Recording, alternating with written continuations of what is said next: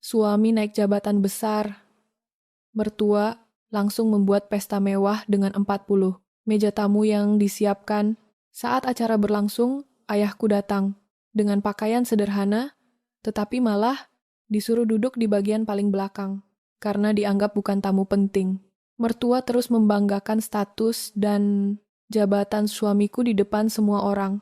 Namun suasana mendadak berubah ketika direktur perusahaan melihat ayahku dan langsung pucat. Tak ada yang mengerti apa yang terjadi saat itu. Sampai 3 hari kemudian, suamiku tiba-tiba dipecat dari jabatannya. Aku Citra, seorang musik, istri yang selalu percaya bahwa kebahagiaan sebuah rumah tangga dibangun di atas rasa syukur, bukan di atas tumpukan gengsi. Malam itu, aroma semur daging dan sup ayam yang kumasak sendiri memenuhi seluruh penjuru ruang makan musik, menciptakan kehangatan yang begitu menenangkan. Semua hidangan ini khusus kusiapkan untuk menyambut kepulangan suamiku, Bagas, musik. Sudah beberapa minggu terakhir dia bekerja ekstra keras, musik, berangkat saat matahari belum terbit, dan pulang ketika malam sudah larut. Say, musik istri, aku hanya bisa mendukungnya lewat doa-doa yang kulangitkan dan masakan hangat yang menantinya di meja makan. Suara deru, mobil yang berhenti di halaman depan, musik membuat jantungku berdesir pelan. Oleh rasa lega, tidak lama kemudian, pintu musik depan terbuka dan langkah kaki yang tergesa-gesa terdengar mendekat ke arah ruang makan. Bagas muncul dengan kemeja kerja yang sedikit kusut, tetapi wajahnya sama. Sekali tidak menunjukkan keletihan, sebaliknya sepasang matanya berbinar, cerah, memancarkan binar kegembiraan yang sudah lama tidak musik kulihat. Dia bahkan tidak meletakkan tas kerjanya di sofa, melainkan langsung bergegas, menghampiriku yang sedang menata musik, mangkuk sup. Dengan satu gerakan cepat, Bagas merengkuh tubuhku ke dalam pelukannya. Dia mengecup keningku, berulang kali sambil tertawa renyah. Sebuah pemandangan yang seketika mencairkan seluruh kekhawatiranku selama aku bisa merasakan detak jantungnya yang berpacu cepat beriringan dengan rasa penasaran yang mulai merayap di benakku. Belum sempat aku bertanya ada apa, Bagas melepaskan pelukannya, musik memegang kedua pundakku dengan erat dan menatap lurus ke dalam mataku. Dia mengabarkan bahwa perjuangannya selama ini akhirnya membuahkan hasil yang luar biasa. Musik, sore tadi, direksi perusahaan secara resmi mengangkatnya menjadi manajer regional yang baru. Mendengar kalimat itu, air mata haru seketika menggenang di pelupuk mataku.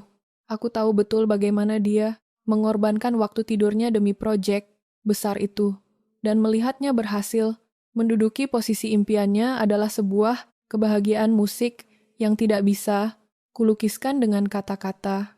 Aku langsung memeluknya kembali, membisikkan ucapan selamat dan rasa banggaku yang teramat musik dalam. Namun momen hangat penuh haru itu tidak bertahan lama. Suara dehaman keras dari arah pintu masuk ruang makan seketika memutus musik kebersamaan kami. Ibu, Ratna, ibu mertuaku berdiri di sana dengan melipat kedua tangannya di dada. Musik, wajahnya yang semula datar langsung berubah drastis begitu Bagas mengulangi berita gembira itu musik kepadanya. Dalam sekejap mata, Ibu Ratna berteriak, histeris kegirangan, melompat kecil dan langsung menghambur untuk memeluk anak, lelaki kebanggaannya itu. Bagi Ibu Ratna, promosi jabatan Bagas bukan sekadar tentang peningkatan karir atau kesejahteraan finansial, musik, melainkan sebuah tiket emas untuk menaikkan kasta sosialnya di mata dunia. Musik. Beliau adalah sosok wanita yang sangat terobsesi dengan status, pandangan orang lain, dan kemewahan, tanpa memedulikan makanan yang mulai mendingin di atas meja. Musik Ibu Ratna langsung mengambil alih suasana. Dengan ambisinya yang meluap-luap, tatapan matanya yang tadi berbinar, karena haru kini berubah menjadi kilatan. Ambisi yang membuat perasaanku mendadak tidak nyaman. Sambil berjalan, mondar-mandir di ruang makan, musik Ibu Ratna mulai berbicara dengan nada suara yang meninggi seolah sedang berpidato di hadapan khalayak ramai. Beliau menegaskan bahwa keberhasilan ini harus dirayakan dengan sebuah pesta yang sangat besar dan megah. Menurutnya, seluruh kerabat, tetangga, musik, dan terutama rekan-rekan kerja serta atasan Bagas di kantor musik harus melihat dengan mata kepala mereka sendiri bahwa keluarga ini telah mencapai puncak kesuksesan. Musik, pesta itu, dalam benak Ibu Ratna adalah panggung pembuktian untuk memamerkan kejayaan anaknya. Musik. Aku terdiam di sudut meja memperhatikan bagaimana ibu, mertuaku mulai menyusun rencana-rencana besar yang terdengar sangat berlebihan. Bagiku, aku melirik ke arah Bagas, berharap suamiku akan menenangkan ibunya dan mengusulkan perayaan yang lebih bersahaja seperti mengadakan syukuran kecil-kecilan bersama anak yatim atau mengundang keluarga dekat saja. Namun harapanku pupus musik saat melihat senyuman Bagas yang justru semakin melebar.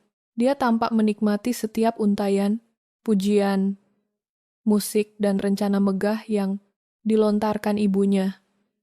Ego dan rasa bangga tampaknya telah mulai merayap masuk, membutakan musik nuraninya dari rasa bersahaja yang selama ini kami pegang. Angin segar, kelulusan jabatan yang seharusnya membawa ketenangan di meja makan kami. Musik malam itu juga langsung berubah menjadi pusaran ambisi yang menyesakkan. Aku hanya bisa menghela napas panjang, dalam diam, merasakan getaran, musik, kecemasan yang perlahan mulai menggerogoti kedamaian hatiku saat menyadari badai gengsi apa yang akan segera dibangun oleh ibu mertuaku. Musik, rencana pesta yang semula kukira hanya luapan kegembiraan sesaat ternyata berubah menjadi obsesi yang mengerikan.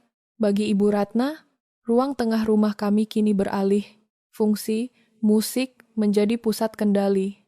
Persiapan sebuah perayaan yang sangat megah.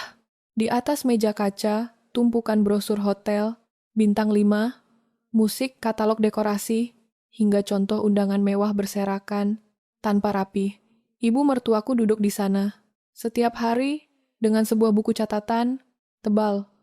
Musik, penanya menari-nari dengan cepat, sementara bibirnya tak henti-hentinya bergumam tentang siapa saja orang penting yang harus dia musik buat terkesan. Aku melangkah, masuk ke ruang tengah sambil membawa nampan berisi teh hangat, mencoba mencairkan ketegangan yang entah mengapa. Musik mulai terasa menyesakan di rumah. Ketika aku meletakkan cangkir, Ibu Ratna mendongak. Musik matanya berkilat penuh ambisi yang meluap-luap. Beliau langsung mengetuk-ngetuk musik, jarinya di atas kertas rencana anggaran. Lalu dengan nada suara yang angkuh, mengatakan bahwa dia telah memutuskan untuk menyewa aula utama di musik, salah satu hotel termegah di pusat kota. Pesta itu tidak boleh sembarangan. Musik, karena dia menargetkan untuk care. Memesan sedikitnya 40 meja perjamuan. Musik penuh. Mendengar jumlah itu, tanganku hampir saja menyenggol cangkir teh yang baru kutuang. 40 meja berarti ada ratusan tamu yang akan diundang, sebuah angka yang luar biasa besar. Musik dan memakan biaya yang tidak sedikit hanya untuk merayakan sebuah promosi jabatan.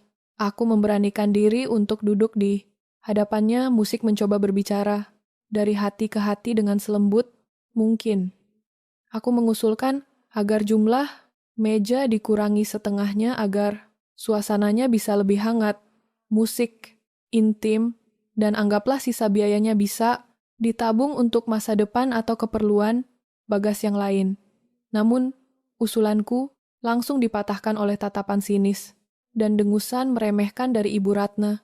Beliau menegaskan bahwa jabatan baru Bagas sebagai manajer regional menuntut sebuah gengsi yang sepadan musik dan dia tidak sudi keluarganya dicap pelit atau tidak mampu oleh para kolega.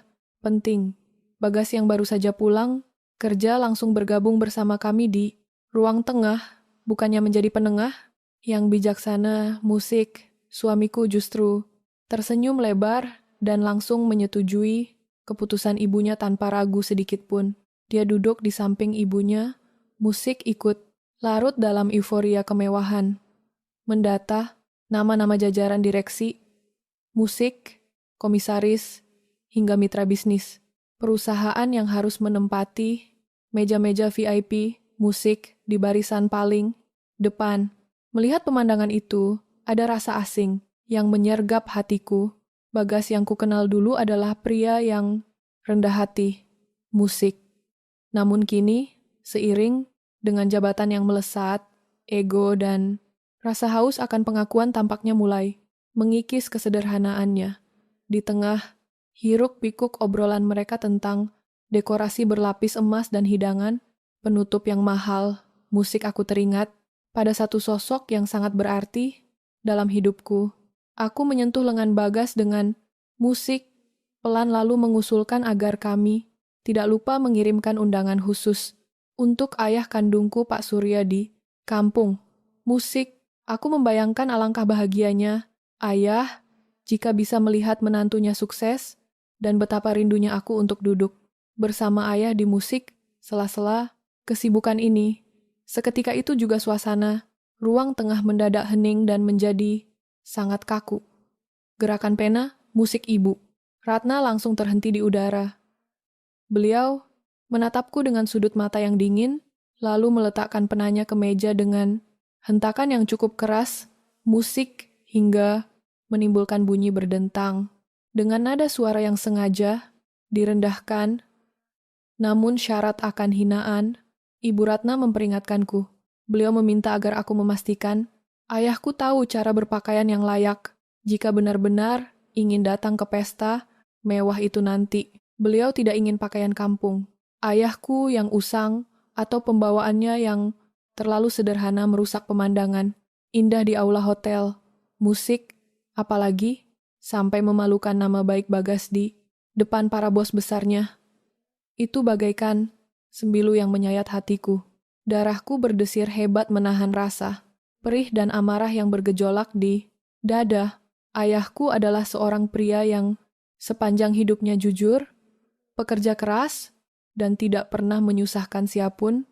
Namun, di tempat musik ini martabatnya diukur hanya dari selembar kain yang melekat di tubuhnya. Musik, aku menatap Bagas dengan mata yang mulai berkaca-kaca, berharap dia akan membela ayah mertuanya atau setidaknya menegur ucapan ibunya yang sudah sangat keterlaluan. Namun, musik pemandangan yang kulihat selanjutnya justru menghancurkan sisa-sisa harapanku malam itu. Musik Bagas hanya mendaham pelan, memalingkan wajahnya dariku dan kembali berpura-pura sibuk memeriksa musik lembar undangan di tangannya. Dia memilih untuk menutup mata dan telinga, membiarkan ibunya merendahkan ayahku demi menjaga keselarasan ambisi mereka. Di balik tumpukan berkas rencana 40 meja yang megah itu, musik, aku menyadari bahwa dinding pemisah antara duniaku yang bersahaja dan dunia baru suamiku yang penuh kepalsuan kini telah terbangun dengan begitu kokohnya. Musik, hari yang dinanti-nantikan oleh Ibu Ratna dan Bagas akhirnya tiba juga. Aula utama Hotel Bintang L di pusat kota telah disulap musik menjadi sebuah ruang perjamuan yang luar biasa megah. Lampu-lampu kristal berukuran raksasa menggantung di langit-langit, memancarkan musik, cahaya keemasan yang berkilauan, dan memantul di atas lantai marmer yang mengilat sempurna. Karpet merah tebal membentang dari pintu, masuk hingga ke panggung utama, dikelilingi oleh rangkaian bunga-bunga, segar, musik yang aroma harumnya memenuhi seluruh ruangan. 40 meja bundar berlapis kain satin putih, bersih dengan dekorasi lilin-lilin kecil, di tengahnya telah tertata dengan sangat rapi, siap menyambut ratusan tamu dari kalangan terpandang. Aku berdiri di dekat pintu masuk area utama dengan mengenakan kebaya modern, musik yang telah dipilihkan oleh ibu mertuaku. Alih-alih merasa bangga atau bahagia, hatiku justru diliputi oleh kecemasan yang tak berkesudahan. Sejak musik sore, para tamu undangan bersetelan jas mewah dan wanita-wanita Dengan gaun malam yang glamor mulai berdatangan. Bagas dan Ibu Ratna berdiri tidak jauh dariku, sibuk melemparkan senyuman, lebar, bersalaman, musik, dan memamerkan keramah tamahan yang terasa begitu berlebihan kepada setiap kolega korporat yang melangkah masuk. Mereka tampak sangat menikmati momen, berjemur di bawah sinar kekaguman orang lain.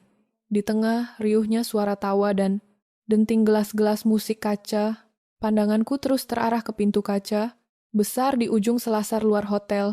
Musik, hatiku berdegup kencang menanti kedatangan seseorang yang sangat kurindukan.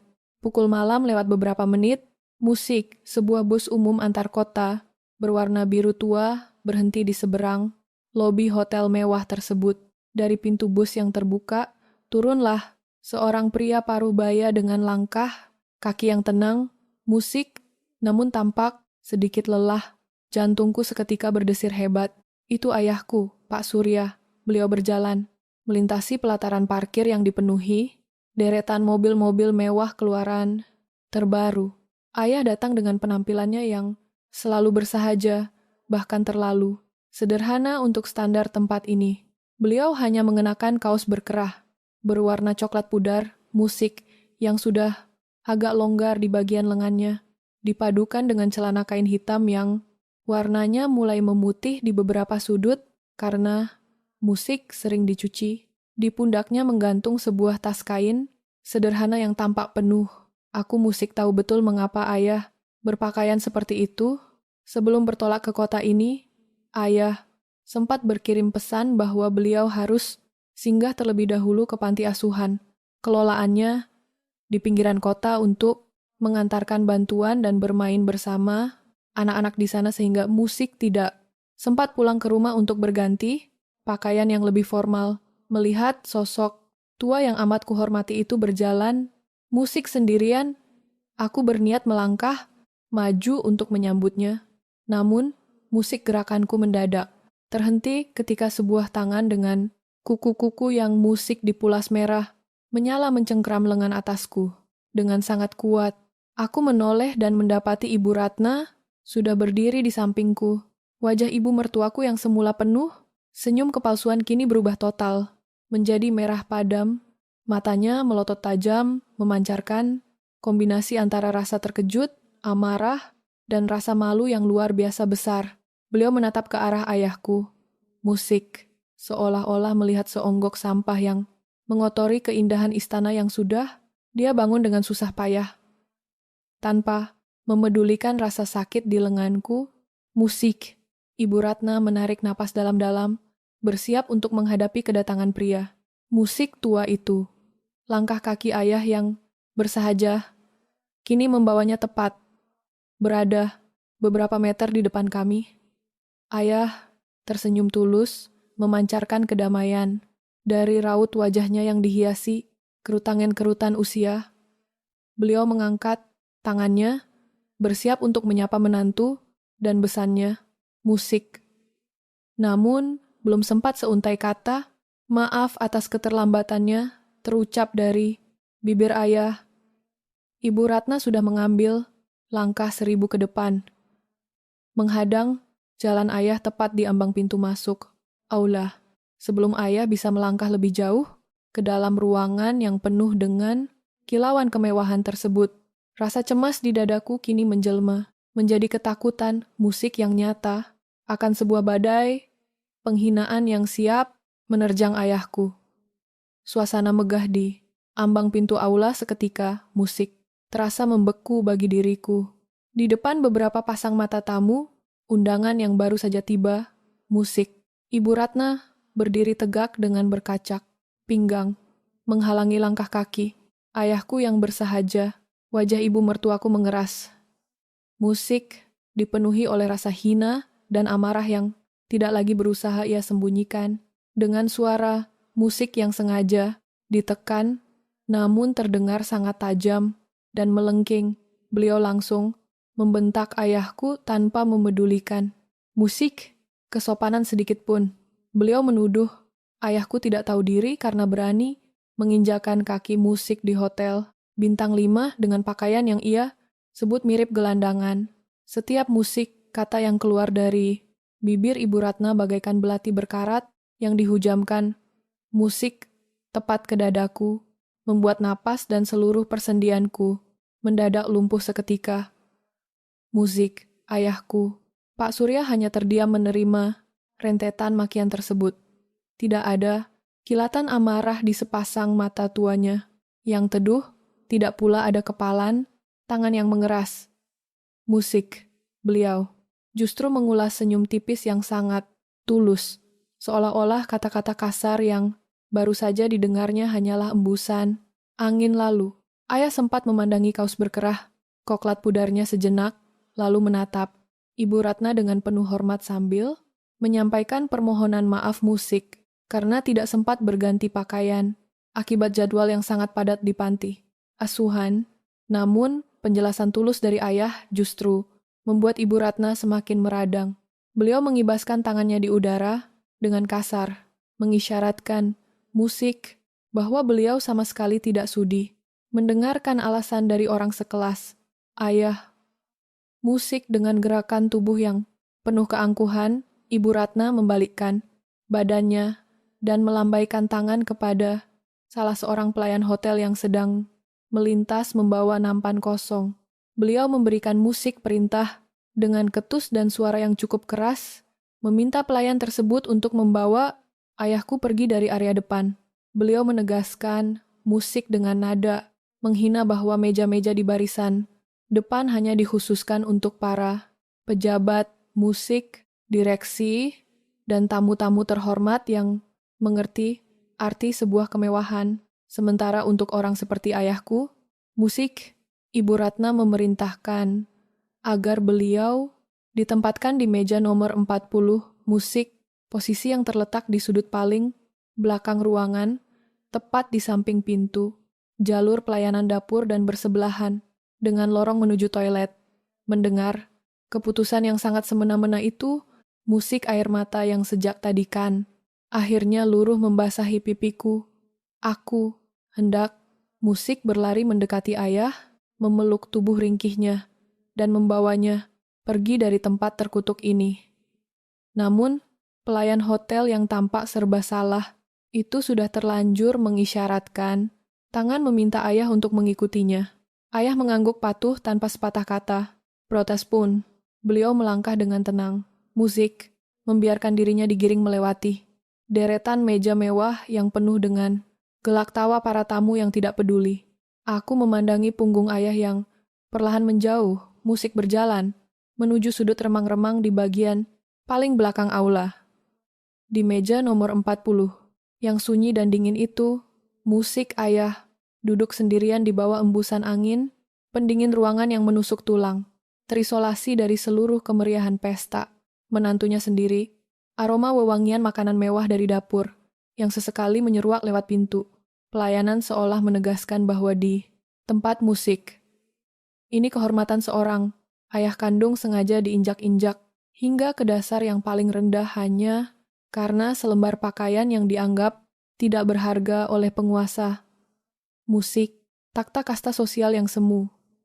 Melihat ayah duduk terasing di meja nomor 40 di sudut remang-remang dekat pintu dapur, seluruh tubuhku bergetar hebat oleh rasa perih yang tak tertahankan. Air mata terus mengalir, merusak riasan. Wajah yang malam ini terasa seperti topeng kepalsuan yang mencekik leherku. Aku tidak bisa tinggal diam membiarkan pahlawan hidupku diperlakukan layaknya seorang pengemis musik di pesta yang diselenggarakan atas nama kesuksesan suamiku sendiri. Dengan musik, langkah tergesa-gesa dan napas yang memburu, aku berjalan, membelah kerumunan tamu, mengabaikan tatapan heran dari beberapa pasang mata demi mencari keberadaan Bagas. Musik. Aku menemukan Bagas sedang berdiri di dekat barisan meja depan, tertawa lebar bersama beberapa rekan kerja dan manajer dari cabang lain. Penampilannya begitu gagah dengan setelan jas hitam yang mahal, sangat kontras dengan pemandangan pilu yang baru saja kusaksikan di bagian belakang musik aula. Aku segera mendekat lalu mencengkeram ujung lengan jasnya dengan lembut, Namun, penuh tekanan, musik memberi isyarat bahwa ada hal teramat penting yang harus kami bicarakan saat ini juga. Bagas tampak sedikit terkejut melihat mataku yang sembab. Namun dia segera meminta izin kepada rekan-rekannya. Musik untuk memisahkan diri sejenak ke sudut ruangan yang agak sepi. Di balik pilar marmer yang megah, aku menumpahkan seluruh rasa sesak yang menyumbat dadaku.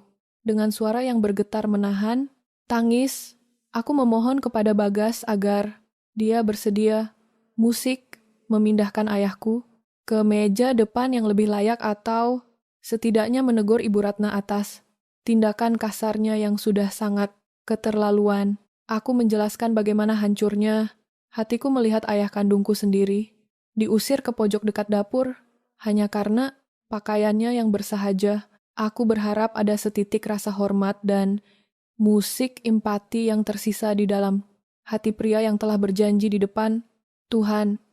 Musik untuk menjaga dan menghormati keluargaku. Namun harapan itu runtuh seketika saat melihat perubahan ekspresi di wajah Bagas. Senyuman ramah yang tadi menghiasi bibirnya lenyap digantikan oleh kerutan, jengkel di dahi, dan desahan napas yang terdengar sangat berat. Musik Bagas melirik jam tangan mewahnya lalu menatapku dengan pandangan mata yang dingin, seolah-olah aku adalah anak kecil yang sedang merengek meminta mainan di tengah rapat penting. Dengan nada suara yang berbisik namun terasa begitu menusuk, musik Bagas menolak permintaanku dengan mentah-mentah.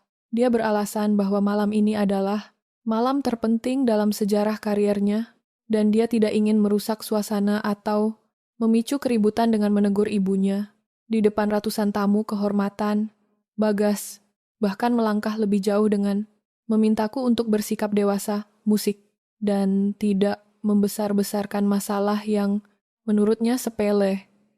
Dia mengatakan bahwa penempatan ayah di meja belakang sudah benar agar tidak menjadi pusat perhatian negatif bagi jajaran direksi yang akan segera hadir. Menurutnya, musik semua ini dilakukan demi mengamankan posisi dan masa depan karirnya yang baru saja dimulai. Kalimat demi kalimat yang meluncur dari mulut suamiku, musik terasa bagai hantaman gada besar yang menghancurkan seluruh rasa percaya dan rasa hormat. Musik yang kupunya untuknya selama keheningan yang menyakitkan seketika membentang di antara kami berdua. Aku menatap pria di hadapanku ini dengan rasa asing yang teramat sangat. Pria yang dulu berjanji akan selalu melindungi harga diriku dan keluargaku, kini dengan sadar memilih untuk melipat tangan, menutup mata, musik dan membisu 1000 bahasa saat ayah, mertuanya sendiri dihinakan secara keji. Bagas memilih untuk menumbalkan martabat orang tuaku demi menyembah ego ibunya dan mengamankan takhta jabatan barunya. Tanpa sepatah kata pun lagi, Bagas membalikkan badan, musik membetulkan letak dasinya dan kembali berjalan menuju kerumunan tamu. Musik dengan senyuman yang langsung mengembang di wajahnya seolah tidak pernah terjadi apa-apa. Musik. Sementara itu, aku tetap berdiri terpaku di balik pilar, merasakan kehampaan yang luar biasa besar. Musik mulai merayap dan mengakar di dalam hatiku. Di tengah riuh rendah musik pengiring pesta musik yang megah ini, keheningan dari sikap diam suamiku justru menjadi suara yang paling musik memekakan telinga, merobek seluruh sisa cinta yang tersisa menjadi kepingan-kepingan, kekecewaan yang tak akan pernah bisa disatukan kembali. Musik, waktu terus bergulir, namun bagiku setiap detiknya terasa seperti siksaan yang memperpanjang rasa bersalahku pada ayah. Aula mewah ini semakin padat dipenuhi. Aroma parfum mahal yang bercampur dengan uap hidangan pembuka yang mulai disajikan di atas meja-meja bundar, and musik di barisan paling depan Ibu Ratna dan Bagas tampak seperti raja dan ratu semalam yang tidak henti-hentinya menerima sanjungan. Mereka berdiri tegak, memancarkan aura keangkuhan yang semakin pekat. Musik seiring dengan banyaknya pujian yang mengalir dari para tamu. Sementara itu, pandanganku tidak pernah benar-benar lepas dari sudut, remang-remang di musik, meja nomor 40. Tempat ayahku duduk dengan ketenangan, yang terasa begitu sunyi di musik. Tengah kebisingan ini, pukul malam, tepat, suasana di dalam aula mendadak berubah menjadi jauh lebih formal. Musik, instrumental yang sejak tadi mengalun lembut di latar belakang kini, berganti dengan nada yang lebih megah dan berwibawa. Pembawa acara melangkah ke tengah, musik panggung mengetuk mikrofon dan dengan suara lantang mengumumkan kedatangan tamu paling agung malam ini. Pintu ganda berlapis ukiran emas di ujung aula perlahan terbuka lebar oleh dua orang petugas hotel yang membungkuk hormat. Sosok yang ditunggu-tunggu pun melangkah masuk, membelah keheningan yang tiba-tiba tercipta di antara para hadirin. Dia adalah Pak Bram, direktur utama sekaligus orang nomor 1 di perusahaan tempat Bagas mengabarkan seluruh hidup dan masa depannya. Pak Bram berjalan dengan langkah yang tegap dan berwibawa mengenakan setelan jas abu-abu gelap, rancangan desainer ternama, musik yang melekat sempurna di tubuhnya.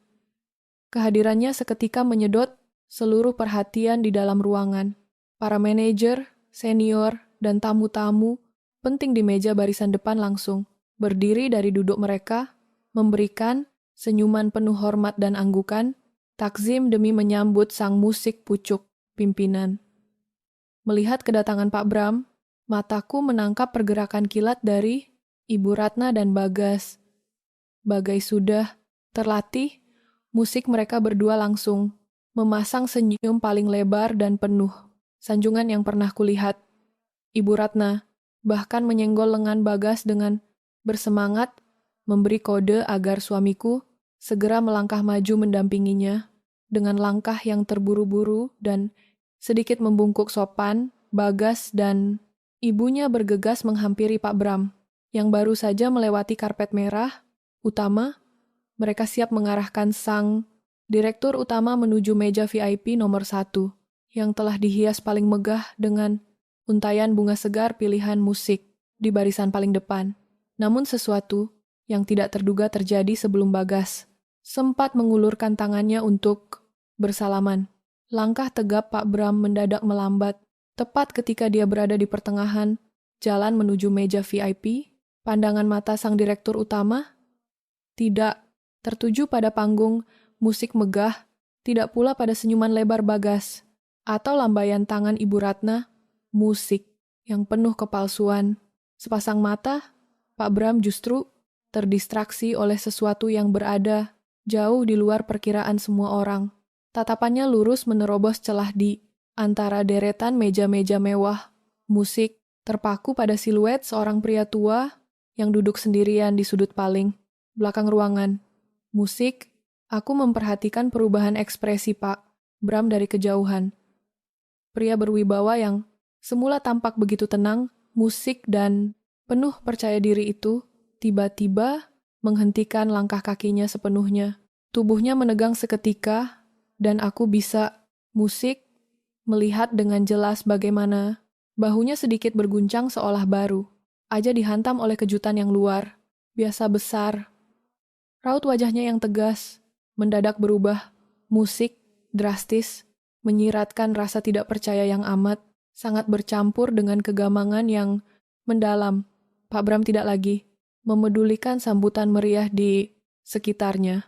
Musik, fokusnya telah terkunci sepenuhnya pada meja nomor 40 dekat pintu dapur. Musik membiarkan Ibu Ratna dan Bagas berdiri, mematung di sampingnya dengan ekspresi kebingungan yang mulai merayap di wajah mereka. Langkah sang direktur utama yang semula mengarah ke takhta kemewahan musik, kini perlahan mulai berbelok arah menuju sudut kegelapan yang paling mereka musik hinakan. Ya,